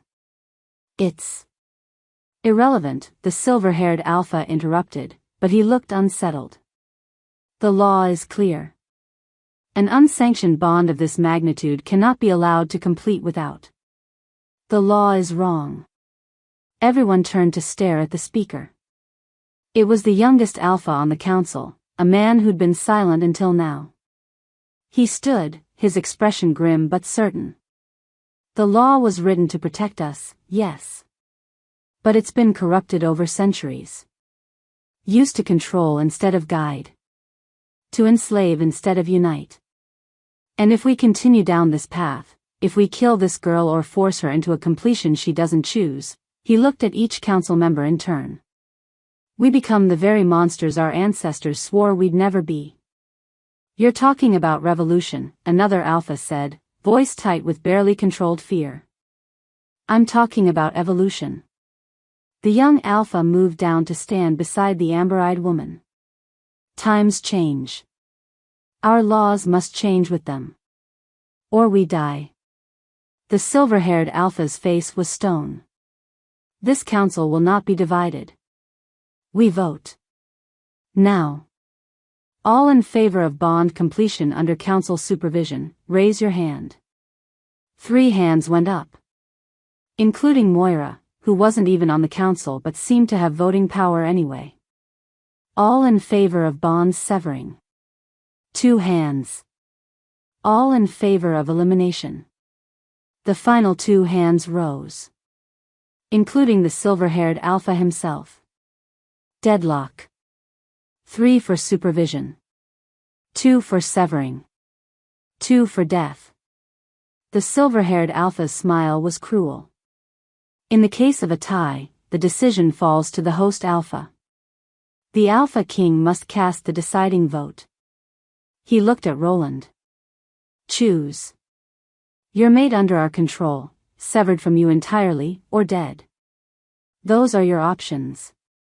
Emily felt Roland's arms tighten around her. She looked up at him and saw the impossible choice written across his face. If he chose supervision, she'd be monitored, controlled, every move dictated by the council. If he chose severing, the bond would be destroyed, and with it, any chance at the freedom the prophecy promised. If he chose elimination, she wouldn't force him to sentence her to death. "There's a 4th option," Emily said quietly. Roland looked down at her. "Emily. Complete the bond. Now. Here. Our choice. Not theirs."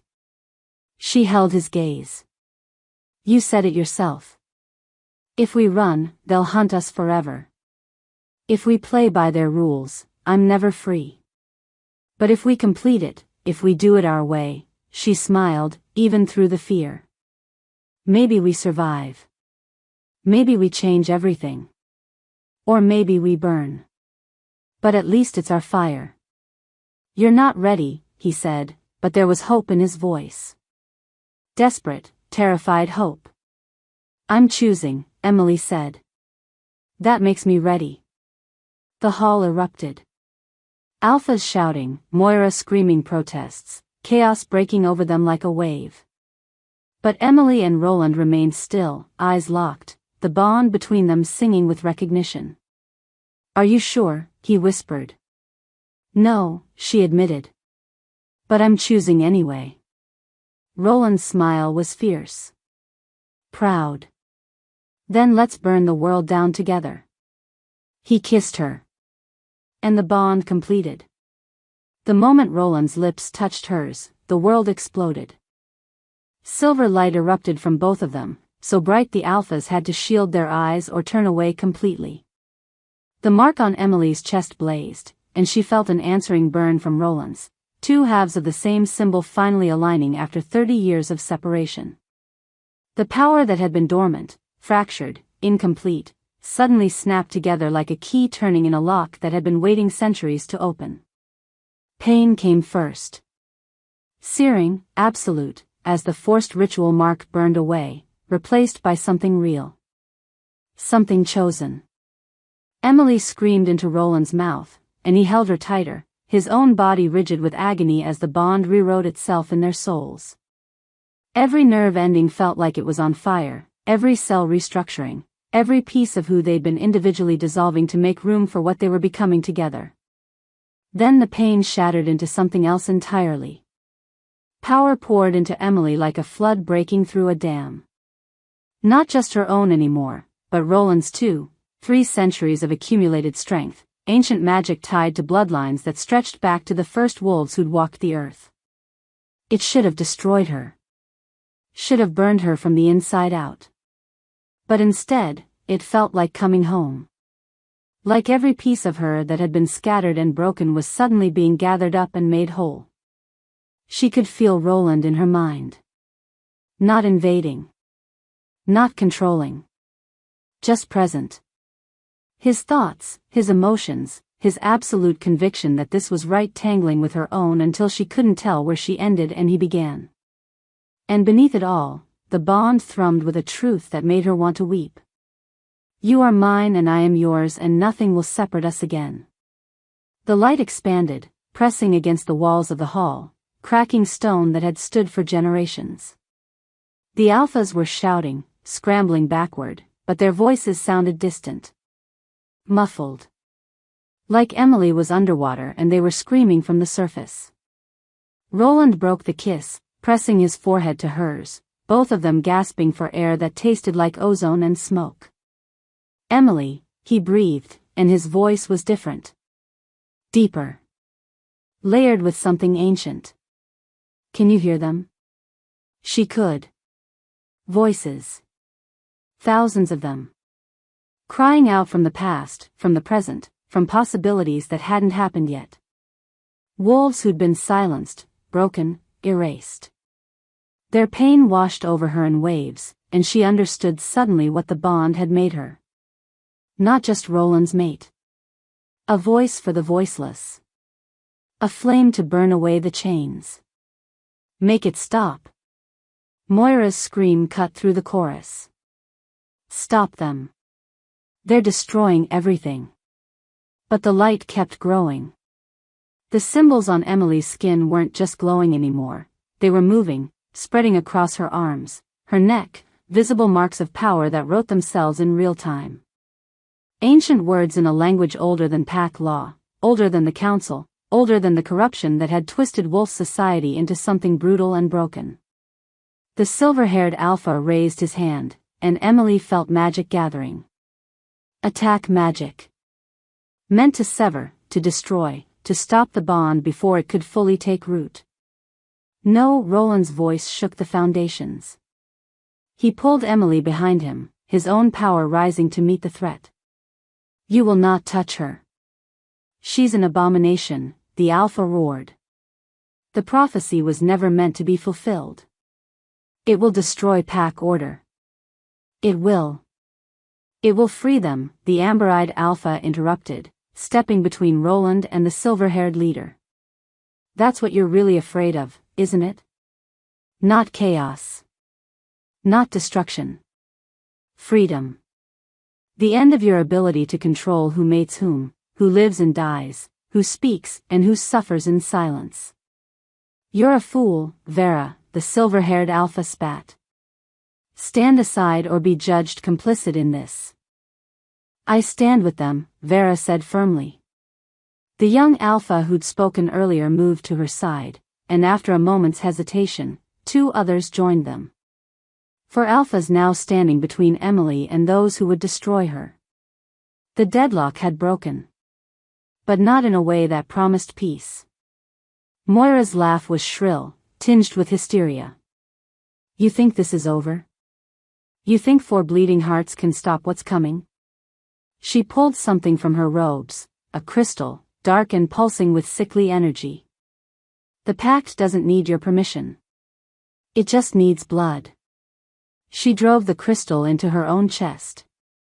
The transformation was instant and horrifying. Moira's body contorted, bones breaking and reforming, but this wasn't a shift into wolf form. This was something else. Something wrong. Her skin turned gray as stone, eyes bleeding to complete black, mouth stretching into a maw filled with too many teeth. The power radiating from her was ancient, corrupt, nothing like natural wolf magic. The old blood claims what's owed, Moira's voice echoed from that twisted form, multiplied and distorted. The girl was promised. The weapon was paid for. And we will collect. She lunged. Roland moved to intercept, but Emily was faster. The power singing through her veins responded to her will without thought, without hesitation. She threw her hand out and silver fire erupted from her palm, not metaphorical, not symbolic, but actual flames made of pure light. They slammed into Moira's corrupted form and the creature that had been an elder shrieked, stumbling back. The pact is broken, Emily said, and her voice carried the weight of the bond, of centuries of suppressed power finally released. I was never yours to claim. Moira snarled and attacked again, faster this time, claws extended and dripping with something that looked like liquid shadow. Emily raised both hands and the silver fire built into a wall between them. Where the corruption touched the flames, it burned away, screaming. How? Moira's eyes were wild, disbelieving. The bond just completed. You shouldn't be able to control the power yet. It takes years to master. I've been controlling it my whole life, Emily realized, the truth settling into her bones. Every time I pushed it down, every time I suffocated it to survive, I was learning. You thought breaking me would make me easier to use. But all it did was teach me how to hold fire without burning. The flames intensified, pushing Moira back step by step. The other alphas who'd sided with her, the silver-haired leader and his remaining supporter, tried to aid her, gathering their own magic. But Vera and her allies countered, engaging them before they could reach Emily. The hall descended into chaos. Magic crashing against magic, the ancient stones cracking under the pressure. Roland stayed at Emily's side, his power flowing into hers, amplifying it, giving her the strength to hold back the corrupted pact magic that Moira wielded like a weapon. You can't win, Moira hissed, her form flickering between wolf and monster and something neither. The pact has been building for centuries. Collecting debts. Feeding on the suffering of every Omega silenced, every weak wolf culled, every forced bond. That power belongs to us now. And we will use it to ensure order prevails forever. Your order is slavery, Emily shot back. The fire in her hands shifted, changed, began forming shapes. She could feel Roland's understanding flowing through the bond, his 3 centuries of tactical knowledge merging with her raw instinct. Together, they were creating something new. Something the old wolves had never seen. The flames coalesced into chains. Silver chains made of fire and will and absolute refusal to submit. Emily flung them forward and they wrapped around Moira's corrupted form, burning away the pact magic inch by inch. The creature shrieked and thrashed, but the chains held, feeding on the very corruption they touched. This ends now, Emily said, advancing. Each step sent cracked spider webbing across the stone floor, power leaking from her with every breath. You will release every wolf bound by forced rituals. You will dissolve every law that treats living beings as property. And you will never use blood magic to enslave my kind again. Your kind? Moira laughed, even as the chains burned deeper. You're an alpha's mate now, girl. You're one of us. You benefit from the same system you claim to despise. No, Roland's voice joined Emily's, their words synchronizing through the bond. We're neither. We're what comes after. What grows from the ashes when corrupt systems finally burn. Together, they pushed. The silver fire surged through the chains, into Moira's body, seeking out the core of the packed magic. When it found it, that dark crystal she'd driven into her chest, the flames wrapped around it like hungry serpents. No! Moira's scream was a dozen voices at once, all of them terrified. If you destroy the pact, you destroy centuries of order. Chaos will reign. Wolves will tear each other apart without structure. Maybe, Emily said. Or maybe they'll finally learn to live without fear. She closed her fist. The crystal shattered. The explosion of released magic was catastrophic. Every wolf in the hall was thrown backward, slammed into walls or across the floor. The ceiling cracked, huge chunks of stone raining down. Emily felt Roland's arms wrap around her, his body shielding hers as the world came apart. When the dust settled, Moira was gone. Not dead. Just gone. The packed magic that had twisted her into a monster had unraveled, and without it, she'd simply ceased to exist in any meaningful way. The hall was ruined. Half the roof had collapsed, letting in pale afternoon light. The alphas who'd fought were picking themselves up, battered and bleeding but alive. The silver-haired leader looked at Emily with something that might have been fear or might have been respect. She couldn't tell which and didn't particularly care. Emily stood slowly, Roland's hand in hers, and addressed the council. The old pact is broken, she said, her voice carrying despite the exhaustion threatening to pull her under. But that doesn't mean chaos. It means choice. Wolves can still form packs. Can still choose leaders. Can still create structure. But it will be chosen. Freely. Without coercion or threat or blood magic forcing submission. Vera stepped forward, dust in her hair, a cut bleeding above her eye. And if some refuse? If some alphas try to rebuild the old ways? Emily met her gaze steadily. Then they'll answer to us. To every wolf with fire in their blood and a voice that refuses to stay silent anymore. The silver-haired alpha laughed. It was bitter, defeated. You've doomed us all, child. You've destroyed the only thing keeping our kind from tearing itself apart. No, Roland said, his arms sliding around Emily's waist, holding her upright when her legs threatened to give out. She's given us the chance to build something better. Whether we take that chance or waste it is up to all of us. Silence fell across the ruined hall. Emily could feel every eye on her, wolves weighing her words, deciding if she was a savior or a destroyer or something in between. She was too exhausted to care about their judgment anymore. The bond hummed between her and Roland, satisfied and complete and burning with a steady flame that would never go out. They'd done it. Changed everything.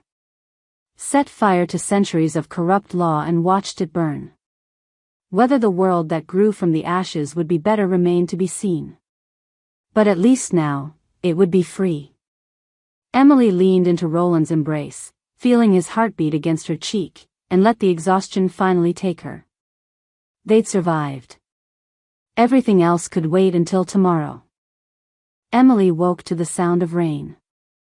Not the violent storm that had marked her arrival, but something softer.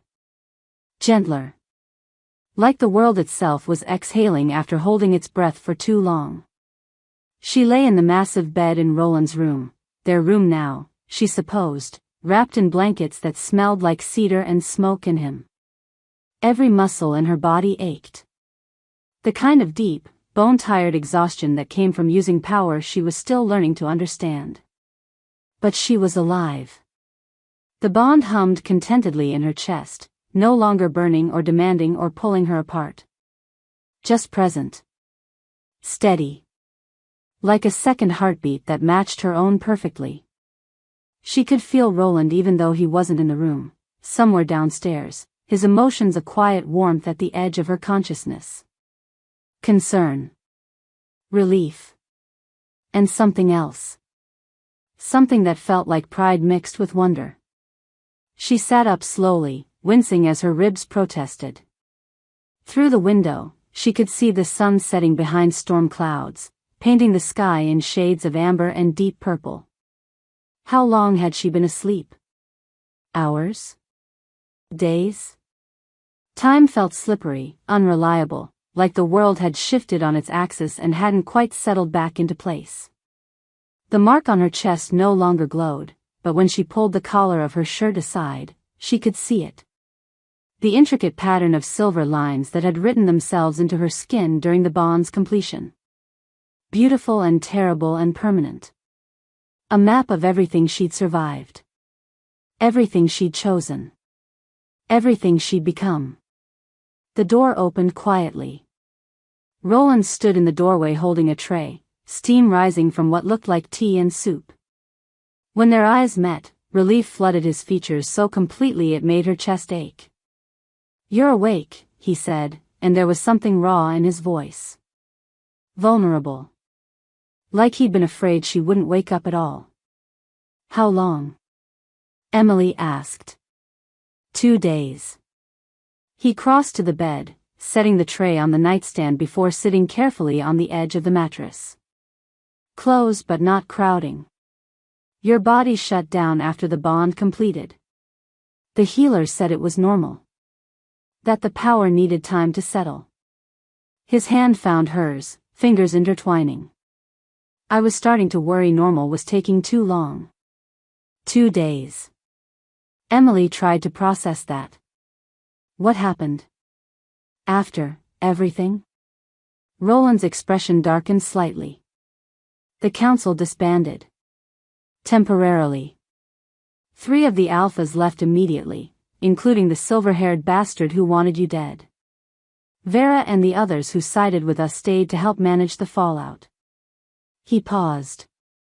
"Emily, what you did, what we did, it's spreading. Word travels fast among wolves. By now, every pack in the territories knows the old pact is broken. That forced bonds and blood rituals no longer hold power. And?" She could feel his hesitation through the bond. Whatever came next, he was afraid of how she'd react. "And some are celebrating. Omegas who've been held against their will are walking away from their packs. Weaker wolves who were culled or cast out are demanding to be heard." His thumb traced circles on the back of her hand. "But others are angry. Terrified. Alphas who built their power on the old system are calling you a destroyer. Saying you've damned our kind to chaos and civil war." Emily absorbed this, feeling the weight settle onto shoulders that were already carrying so much. "Do you think they're right?" "I think change is never clean," Roland said honestly. "I think there will be violence. Packs splitting apart. Alphas fighting to maintain control while their wolves demand freedom. It's going to be ugly before it gets better." He lifted her hand to his lips, pressing a kiss to her knuckles. "But I also think it was necessary.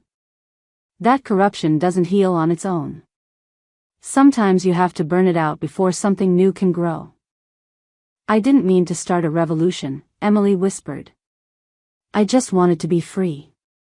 Freedom is always revolutionary to those who profit from chains. Roland's smile was sad but genuine. "You didn't set out to change the world, Emily. You just refused to let the world break you. That's all any revolution really is. Enough people saying no at the same time." She looked at him, this ancient alpha who'd given up centuries of certainty for the chance to burn beside her, and felt something fierce and protective surge through the bond. "What happens now?" "Now?" He considered. "Now we figure out how to live in the world we created. Together." His expression grew more serious. "But I need you to understand something. There will be wolves who come for us. Not immediately. But eventually. Alphas who see what we represent as a threat. Packs who want to restore the old order. And they won't be satisfied with just defeating us. They'll want to make examples of us.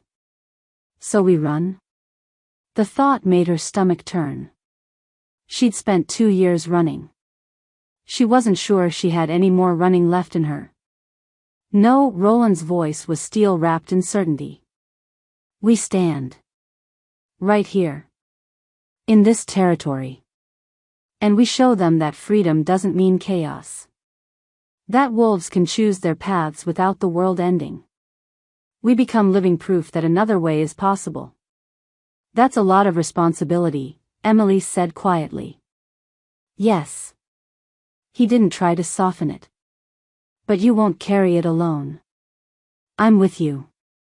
Vera and the others who sided with us, they're with you. And Emily, his eyes searched hers. Every Omega who just walked away from a forced bond, every weak wolf who just demanded to be heard, every parent who no longer has to fear their child being culled for being different, they're all with you too. Whether you wanted to lead them or not. Tears burned behind Emily's eyes. Not from sadness. From the overwhelming realization that her choice, one terrified girl refusing to submit, had given permission to thousands of others to make the same choice. I don't know how to be that person, she admitted. The one they need me to be. You already are, Roland said simply. You just don't see it yet. He was right. She could feel it through the bond. Not arrogance. Not blind faith. Just certainty. He saw something in her that she was still learning to recognize in herself. Strength that looked like survival. Power that looked like refusal. Leadership that looked like standing up even when standing was the scariest option. Maybe that was enough. Maybe it had to be. Emily squeezed his hand, drawing strength from his presence, from the bond that tied them together in ways that went deeper than magic or prophecy. Then I guess we figure it out together. Together, Roland agreed, and the words settled between them like a vow. They sat in comfortable silence as the rain continued its gentle percussion against the windows. Outside, somewhere in the territories, the world was changing. Restructuring. Finding new shapes to fill the void where corrupt laws used to stand. It would be messy. Painful. Some wolves would thrive in the new freedom while others would fight desperately to restore what was lost. But Emily and Roland would face it. Side by side. Fire and earth. Destruction and creation. Two halves of something the old world hadn't been ready for but the new world desperately needed. And maybe, just maybe, that would be enough. Emily looked out at the darkening sky, at the storm clouds breaking apart to reveal stars beyond, and let herself imagine a future that didn't involve running. A future where the mark on her chest was a symbol of choice instead of coercion. Where wolves like her could exist without fear of being used or broken or silenced. It was a beautiful dream. Whether they could make it real remained to be seen. But for the first time in her life, Emily believed it might actually be possible. So here's the question that matters. If you had been there, in that hall, when Emily stood between death and submission and chose a third option no one thought existed, would you have chosen her side? Would you have stood with the wolves who wanted freedom, even if it meant burning down everything familiar? Even if it meant chaos before peace? Even if it meant facing the wrath of every alpha who'd built their power on the backs of the vulnerable? Or would you have sided with the council? With order and structure and the comfort of knowing your place, even if that place was built on someone else's suffering? It's easy to say you'd choose freedom when you're not the one standing in the flames. But Emily chose it anyway. She chose it when it was terrifying. When it was impossible. When every instinct screamed at her to submit, to survive, to accept whatever scraps of safety powerful wolves were willing to offer.